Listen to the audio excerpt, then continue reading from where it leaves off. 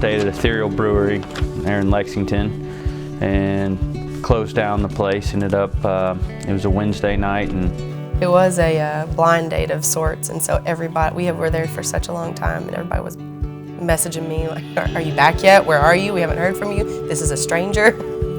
But everything went really well, and the rest is history.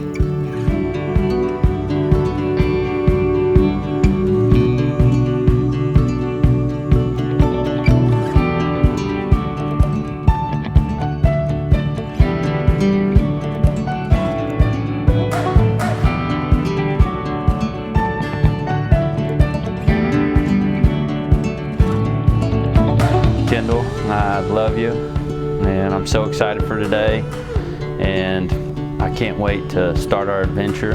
I hope that we both get a chance to just kind of step back and soak everything in today with our family and friends and the people that we love the most and that love us the most, and I can't wait to see you today.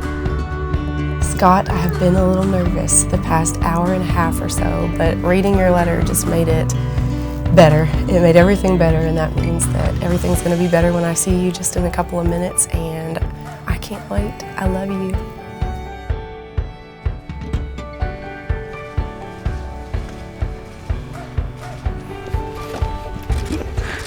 You look gorgeous. I can't get you mess up your makeup. You look beautiful.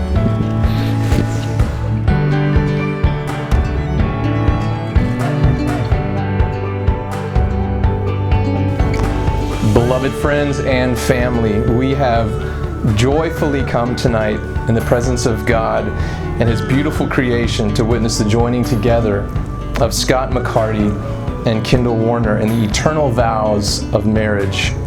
Will you now join hands and repeat these vows after me? I, Scott, take you, Kendall. I, Scott, take you, Kendall. To be my wife. To be my wife. To have and to hold. To have and to hold. From this day forward. From this day forward. For better or for worse. For better or for worse. For richer, for poorer. For richer, for poorer. In sickness and in health. In sickness and in health. To love and to cherish. To love and to cherish. Until we are parted by death. Until we are parted by death.